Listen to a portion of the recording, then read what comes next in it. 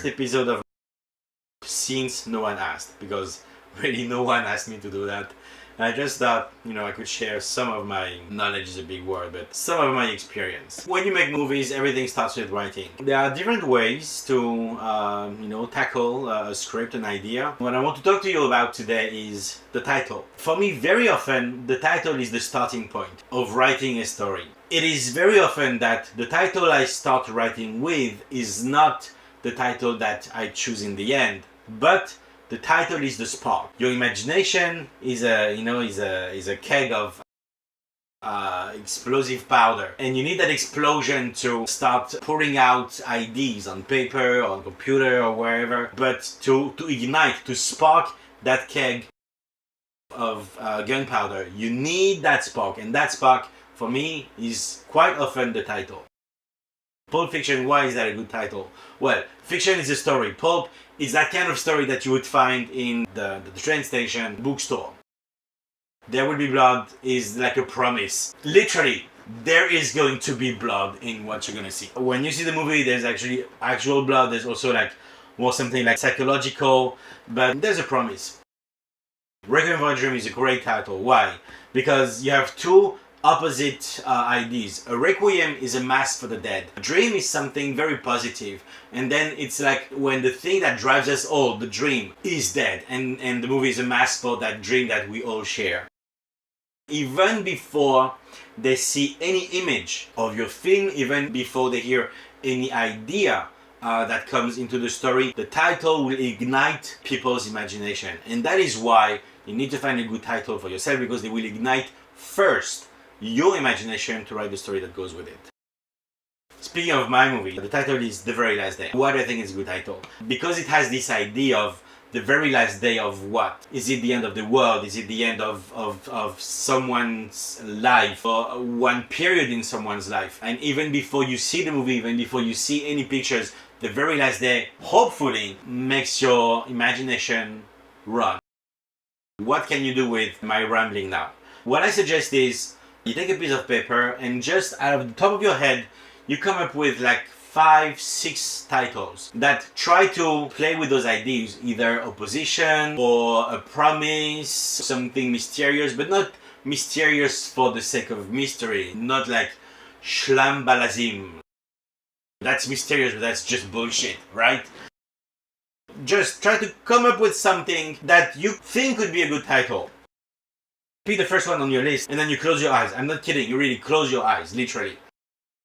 You close your eyes and you just let your mind wander, thinking only about that first title you just wrote down. Are there suddenly characters coming up? Situations? A setting? Is it, I don't know, like by the beach, by the snow, in space, When you're done with this one, go to the second title on your list. You close your eyes again. It's an important part of the process, just to, not be distracted by what's going on around you. So you close your eyes again and you let your mind wander. And again with the second, third, fifth. Be honest with yourself. Was there one title in that list where you thought, oh, this one got my imagination running more than the others? Then what you do now is you close your eyes again. I'm big on closing eyes. And you think about this one again. Allow yourself to wander in a different place, or wander furthermore in the same place you were right before.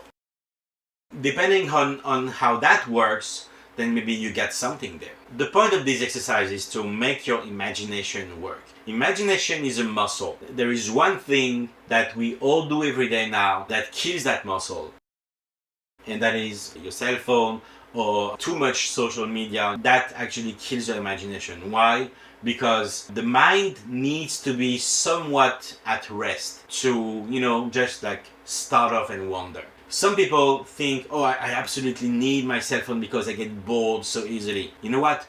Do not hate being bored. You need to be bored. You need to love being bored, because at least for me, but I think for many people, being bored is where your mind is the most apt to actually start doing its thing. But if you work on all your other muscles at the same time, he will stay dormant. He's kind of a shy guy. He will stay in his corner. If you do not call on to him, he will just stay in his corner and let you do whatever you want to do. But if you can put your cell phone down for a minute, or even better, for 15 minutes, for an hour, even like for a full day, if you can afford it, do it. Let the little guy in the corner come and help you think of stuff. You can't do anything without him. When you play that game, you know, that imagination game, like thinking of the title, letting my mind wander, you do not need to take notes. If you absolutely need to take those, take notes. I'm not saying don't do this or don't do that, but you do not need to. Why? Because this is not the point here. Chances are the first thing you think of is not going to be absolute genius. There is something in script writing where the first draft is called vomit draft. It's aptly named vomit draft. The first thing you can think of is shit. But it's shit with potential. And that is the key word. And then when you think of something that has potential, the reason why you do not need to write it down right now is because it will come back. Play that imagination game. And when that same idea or that same character or that same, you know, situation, when they tend to come back more and more often, then maybe it's a good idea to take on a pen, take on a piece of paper and say, I thought about that quite a few times. Maybe there's something there. Where the work begins will be for another episode. We'll try to break down the whole thing that comes into writing, and then we'll see where that vlog of ours will take us. If you like what you heard, if you like what I say, what I have to say, how I say it, one thing to do, just click somewhere around that screen, the like button, the follow button, the subscribe button, no matter what button, and come back. I have more things to share with you. This is Cédric Jouarie signing out on Since No One Asked.